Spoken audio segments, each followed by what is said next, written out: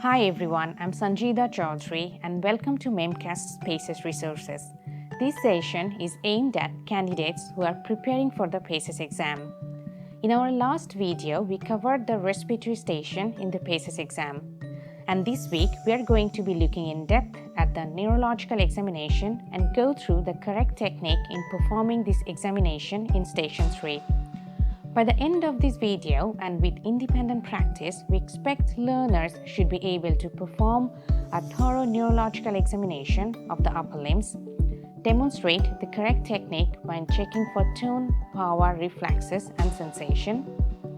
A subsequent video will look at how to interpret and present clinical findings in the neurological exam with examples of clinical discussion with the examiners. As a reminder, this is the mark sheet for the neurological exam. Whilst examining the patient, you will be assessed on your ability to perform a correct, thorough, fluent, systematic examination showing professional technique of checking for tone, power, sensation, and eliciting the reflexes. You will also be assessed on maintaining patient welfare throughout. Treat the patient with respect and sensitivity, ensuring comfort, safety, and dignity at all times. You will have 10 minutes for the station, 6 of which will be taken by the clinical examination of the patient, with 4 minutes to present your findings and discuss the case with your examiner. First of all, you should make sure you're wearing appropriate PPE and introduce yourself to the patient, checking they're comfortable. Hi, I'm Sanjeeda Chaudhary, one of the doctors. I've been asked to check your arms today. Is that all right with you? Are you in any pain today? I do get a little bit of pain in my hands and both the legs. Please do let me know if you feel uncomfortable in any part of the examination. Would you mind to take off your shirt for me, please? Sure. You should take a general observation, looking at what is around the bed space, any walking aids nearby, and how the patient looks generally. Are they comfortable? Is there any obvious muscle atrophy? Any abnormal posture? For example, fixed arms? Any abnormal movements? Observe closely for any fasciculations. Sir, can I ask you to outstretch your arms, palms flexed, and then cockles back? Thank you. Can you close your eyes for me? You are looking for any pronator drift, pseudoatetosis, or involuntary movement of the fingers, or any postural tremor. Can you open your eyes? Can I have a look into your hands, please? Things you want to look out are any obvious hand muscle wasting. Distal muscle wasting can suggest long-standing neuropathy. Specific hand muscle wasting can give clues to specific nerve involvement. Thank you. Then you would want to check for tone. Can I have a feel of your arms, please? Thank you. Look for any clasp knife movement at the elbow for spasticity. Look for cogwheel rigidity at the elbow, found in extrapyramidal weakness. While I'm moving your hand, can you just raise the other arm up and down for me? Thank you. Cogwheel rigidity can be enhanced by synkinesia. Also look for Huffman sign in the fingers, found in a pyramidal weakness. Now you would look for power or muscle strength. Try to provide clear instructions. Can you please flex your forearm like this for me? Thank you. I'll push you down. Don't let me push it, okay? You are looking for shoulder abduction. Can you push me down as strong as you can? You are looking for shoulder adduction. Can you flex your forearm like this for me, please? You are looking for elbow flexion. Pull towards you. Push me away. You are looking for elbow extension. Pull towards you. Push me away. Can you outstretch your arms and cock your wrist back like this for me? You are looking for wrist extension. Down. Pull towards you. Now look for the same in the other limb. Pull towards you. Push me down. Now you will go on to look for abduction of the little finger. Can you outstretch your fingers for me, please? Press against my finger. And now you are looking for index finger adduction. Press against my finger. And squeeze my fingers tight. You are looking for finger flexion. Next part of your examination is to look for reflexes. I'll gently tap your tendons with a tendon hammer if that's okay. Thank you.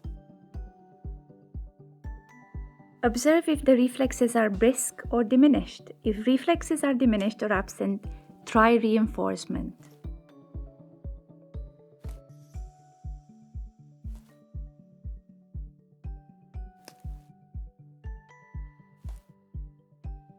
Next, you would examine the sensory function. This is a neurotip. It's sharp, but it won't breach your skin. Feel like this. I'll put it the same on the same both hands, and if you feel the same sharpness, please let me know, and if you feel blunt anywhere, please do let me know. Look at the patient's face while you are examining. Same level of sharpness.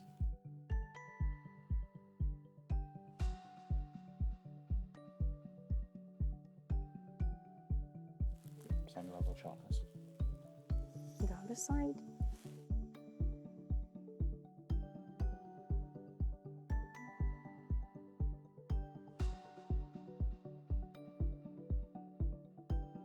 Now you will look for position sense.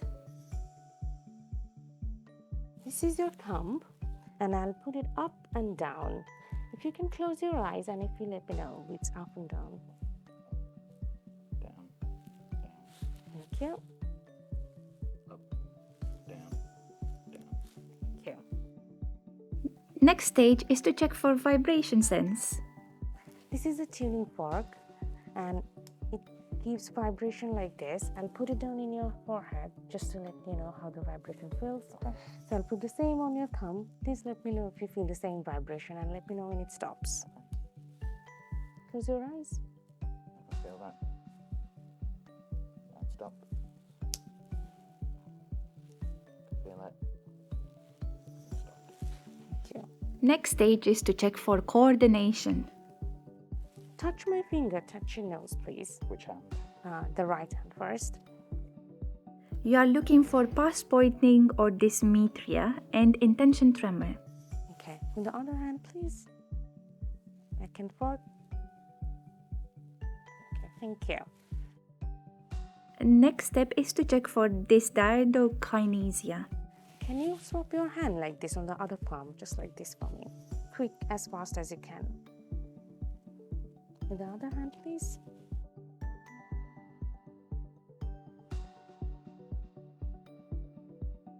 Before you finish, thank the patient and cover them up to maintain their dignity at all times. Would you mind to put on your shirt for me, please? Thank you. Thank you so much for your cooperation. I'm done with my examination. Ask for any additional bedside tests or observations you require. I'd like to finish my examination by doing observation chart, by looking into observation charts, especially temperature, blood pressure, and also I'd like to do a fundoscopic examination. After you have completed your clinical examination and asked for any bedside investigations, such as the observation chart, you will be asked to present your clinical findings to the examiner. You will also discuss the case with the examiner for the remaining 4 minutes of the station. Hopefully, this short video has helped you familiarize yourself with the neurology examination.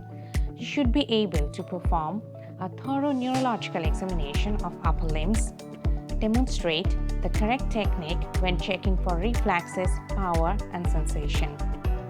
Our advice will be practice, practice, practice. You want to be slick, and performing the exam in a logical order helps the examiner follow what you're doing and means you're less likely to miss something out. Practice with a PACES buddy on real patients on the ward, with friends, colleagues, and partners, and practice getting the timing right. You will get a warning when there is 1 minute left of the examination time, so use this to tailor you whether you can slow down or whether you need to speed up to complete the exam in the time allowed. MEMcast have some other MRCP related material. There are MCQs and facts of the week over on our Instagram page at MEMcast. and we have weekly podcast episodes available on streaming platforms. Our next episode looks at how to present your clinical findings and the potential discussions you may have with your examiner. Good luck with your exam preparations from everyone here at MEMcast.